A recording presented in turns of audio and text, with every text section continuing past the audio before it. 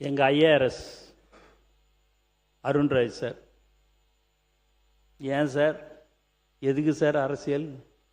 IRS பதவியிலே இருந்து நான் assistant commissioner of income tax அப்படி இருக்கும்போது இல்லைங்க நான் அரசியலுக்கு வந்தே ஆகுனார். சரிங்க அப்படின்னு தலைவர்கிட்ட அடிக்கடிக்கு வந்து பார்ப்பார். நான் யாருக்கும் தெரியாமல் பார்க்க வேண்டிய சூழ்நிலையாக இருக்குது.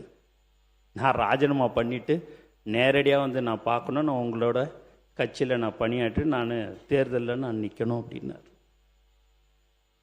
அவங்க மாமனார் மாமியார் எல்லாருமே உன்னை ஐஆர்எஸ்க்கு தான் நான் பொண்ணு கொடுத்தேன்,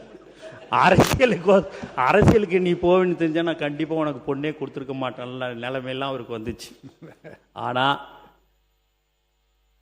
தலைவர் ஒன்று தான் சொன்னார், அந்த ஐஆர்எஸ் பதவியோட நீங்கள் நம்மளுடைய கட்சியில் ஒரு நல்ல இடத்துக்கு நல்ல பதவிக்கு வருவீங்க, பயப்படாமல் தேர்தலில் நில்லுங்க, ரிசைன் பண்ணிட்டு வாங்கன்னு சொல்லக்கூடிய ஒரு தலைவர் தான் எங்கள் தலைவர் தளபதி. அந்த நம்பிக்கை எனக்கும் அந்த நம்பிக்கை இருந்தாலும் அவருடைய வில் பவர், எதையும் சாதிக்க முடியும். எதையாவது ஒன்று சொன்னார்னா அது செய்யறதா இருந்தால் மட்டும்தான் சொல்லுவார்.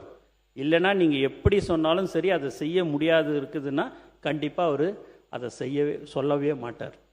இப்போ கூட அவருடைய சிந்தனையே எதையெல்லாம் நாம் மக்களுக்கு வாக்குறுதி கொடுத்தோமோ அதை படிப்படியாக அனைத்தும் செய்து தர வேண்டும் என்ற ஒரு நல்ல எண்ணத்தில் கூடிய இருக்கிறவர் தான் எங்கள் தலைவர். அதுமாரி எங்கள் ராஜ்மோகன் அண்ணன் பேசியே எங்கள் அண்ணன் இன்னைக்கு அமைச்சராயிட்டு.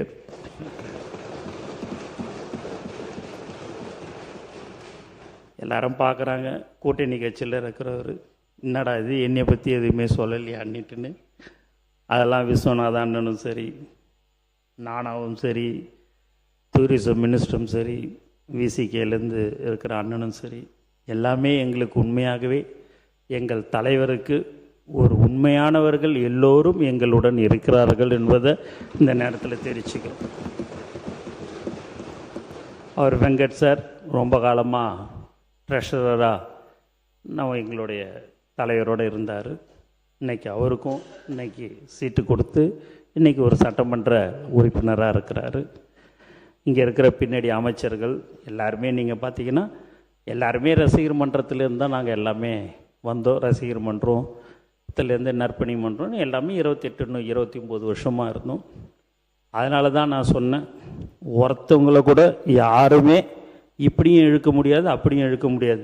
எந்த இடம்னு பார்த்தா தலைவர் தளபதின்றது மட்டும் அவர் கூடயே தான் வாழ்நாள் முழுவதும் சாகும் வரை தலைவர் தளபதி கூட தான் நாங்கள் எல்லோரும் இருப்போம்.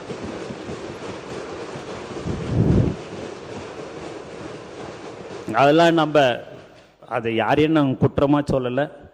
அதை எல்லாத்தையும் விட்டு நம்ம மக்களுக்கு என்ன தேவை, மக்கள் பிரச்சனை என்ன என்றதெல்லாம் நீங்கள் ஆக்கப்பூர்வமாக எங்ககிட்ட சொல்லுங்கள். நாங்கள் எல்லாமே உங்களுக்கு செஞ்சு தர மீண்டும் நான் சொல்லிக்கொள்வது எல்லாம் இதுதான்.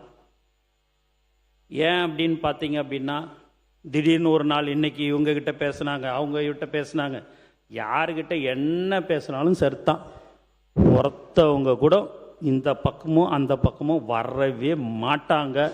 அதில் திட்டவட்டமாக சொல்லிடுறேன். ஏன்னா